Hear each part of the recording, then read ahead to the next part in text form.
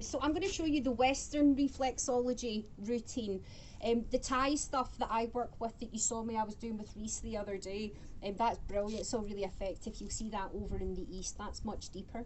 I tend to use a lot more towels, a lot more Thai sticks as a focus when I'm working, and I might combine it with a bit of the Western stuff, but the Western is correct for the full body massage.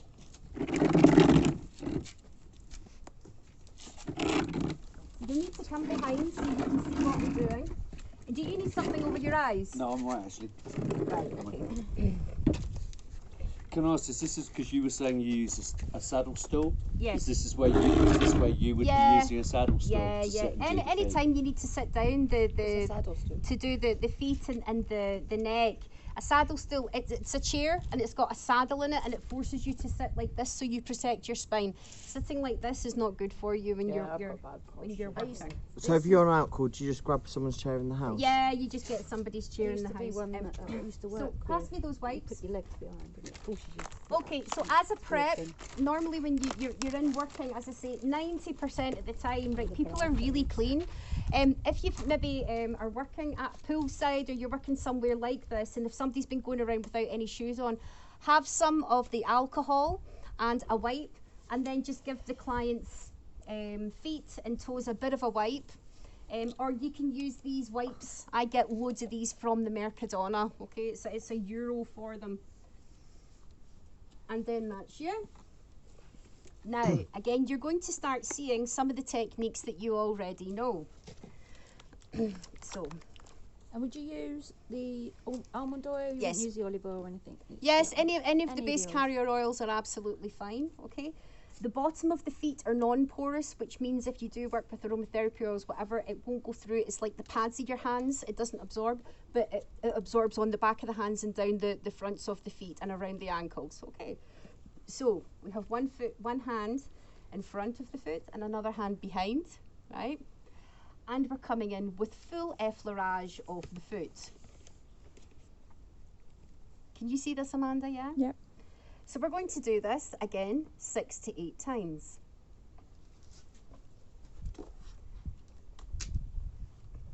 That's really gentle pressure.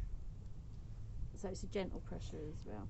Gentle to medium pressure is fine unless they've specifically asked you. Again, we need to watch hands as well. So again, this is the effleurage of the foot. So we do this how many times? 6 times. Okay. So this is application of oil heating up the foot. Okay. Now we're going to come into ankle rocking. So we have here the palms of the hands, and you're placing them in front of the ankle joint, right? And we're mobilizing the foot area. So what's that called? Ankle rocking. So we're heating up and mobilizing the ankle. When we finish our ankle rocking, okay, we then want to bring both hands back, and we're going to be doing foot shaking up and down the foot. So this is warming up the foot.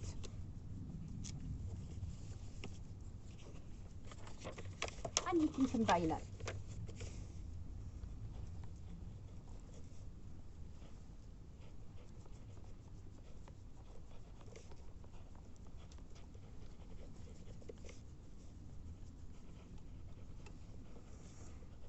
So once you have done that, we're then going to come into what's called the spinal walk, right? This area here in reflexology is a direct mirror and reflection of the spine, okay? This is the base of the spine, here, the pad area, here. This is the waist. This here is the shoulder. And this here is the beginning of the neck, coming into the head, coming into the eyes, and then the top of the head. Okay, and we're going to do what's called thumb walking. So you make a fist and you give me a thumbs up, right? You place your fist on the side of the foot, and then we use our thumb to walk up the spine. When you press into the side of the foot in this way, it releases the spine on the back without actually touching the back. When you come to the top, we're going to use the side of our hand and we're going to effleurage down. And you do this 3 times as a guide.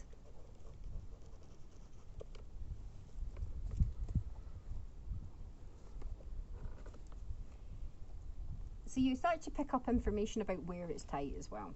Okay. After you have done the outside of the foot, we then transition and we move the foot over and we use our left thumb and we do exactly the same on the outer part of the foot. The outer part of the foot is a direct reflection and a mirror to what is going on from the hip area right up to the top of the head. So it's exactly the same on the opposite side. So this area here is going to take me over the hip. This area is going to come into the waist. This area here is going to come into the shoulder. And this area here is going to take you into the neck and then up into the side of the head as well. Okay? And then we effleurage down. Again, you would do this, how many times did I say? 3 times. Maximum 3 times. So we are releasing then the sides of the feet. We're going to transition with some effleurage. Again, if you get lost, go into an effleurage, okay? We're then going to come to the soles of the feet. Now we have the heel of the foot. We have, so you imagine the heel's here, this part down here, right? We have the main core of the foot, which comes under here, the lung area. This is the lung area, and then this is the neck and the head, right?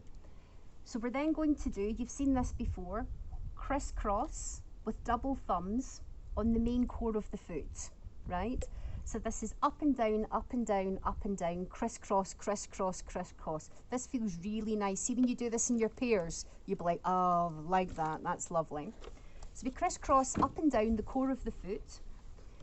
When we come to, now you know this is the solar plexus, the sciatic line, remember? Yeah, we press this in the beginning. We can also press this at the end when we finish our leg routine. So we're crisscrossing up. When we come to this point, we're then going to come over the pads of the feet. This is the lungs. And we're going to palm tree. See the way that I've opened my thumbs out? Yeah. So we're palm treeing out, right? Come back in at the pressure point, palm tree out. You can't crisscross over the top of that, right? It's really clumsy. And it's not the correct pressure as well for the bones under the foot.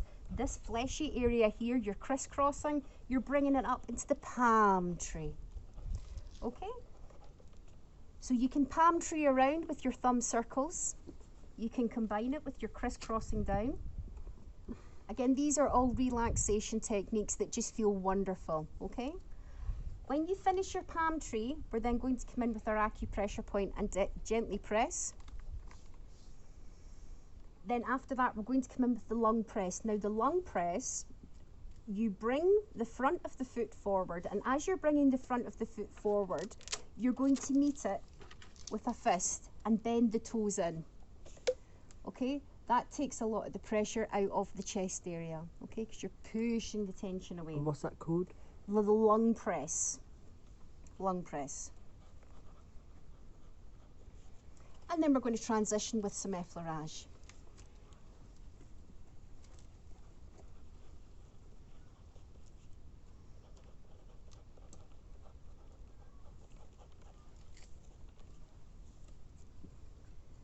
Now, we're going to come to the heel of the foot, all right? And we're going to do some thumb walking up the heel of the foot.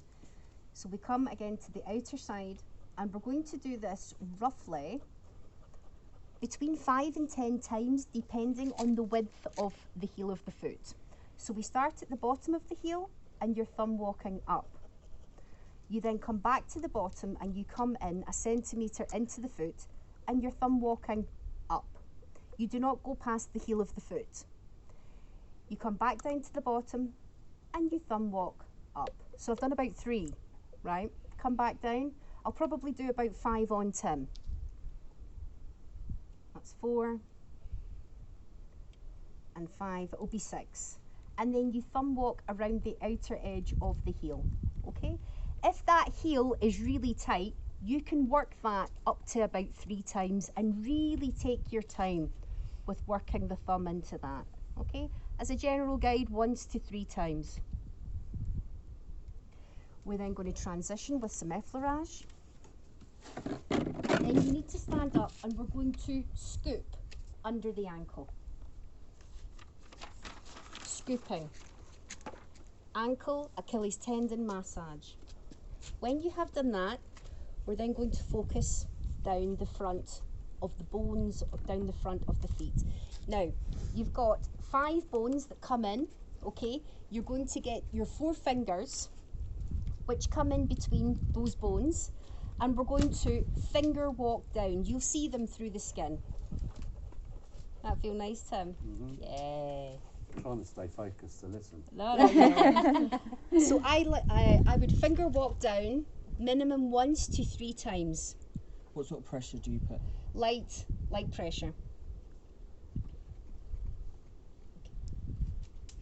Transition. And then we're going to finish off by coming up to the top of the foot. And we're going to pinch below the joint, pinch on the top joint, and then you're going to drain it off. Now you did exactly the same thing on the fingers. Again, there's deeper ways of working the toes, right? But in the first instance, this is absolutely fine.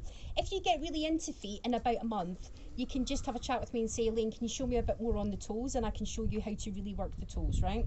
So we're pinching in between the joints and then you're flicking off. Now you can flick off like this, right? You can also flick off, see when you are coming up with your thumb and your finger, when you come to the toe, you can grip a little bit and pinch it off. That feels really good for, again, moving any blocked chi out of the body. Okay, so pinching and taking off, pinching and taking off, pinching and taking off. Okay, those techniques together can take you 5 minutes or they can take you 15 minutes.